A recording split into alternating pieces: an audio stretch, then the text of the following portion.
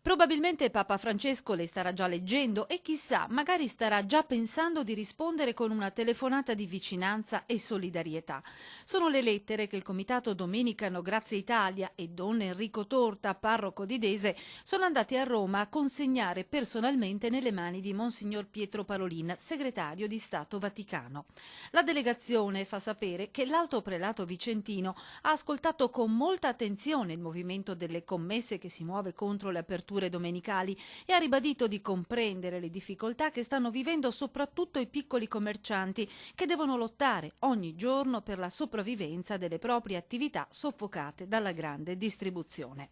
Impedire ai lavoratori del commercio di vivere la domenica con i propri cari in un periodo di crisi della famiglia è come ledere i diritti fondamentali della persona. E probabilmente ha pensato proprio a questo una dei primi fedeli che ha per così dire acceso la candelina virtuale nel blog per Papa Francesco aperto in collaborazione con il Messaggero di Sant'Antonio. Affido alla tua preghiera, Papa Francesco, tutte le donne perché siano sempre rispettate nei loro diritti fondamentali, nelle loro persone e nella professione di fede.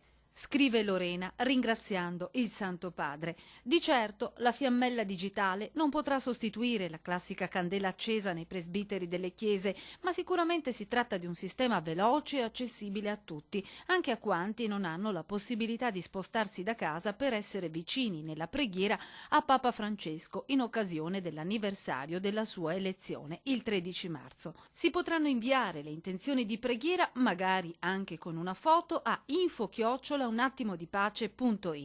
Poi la candelina potrà risplendere sul web, ammirata chissà, forse anche da Papa Francesco.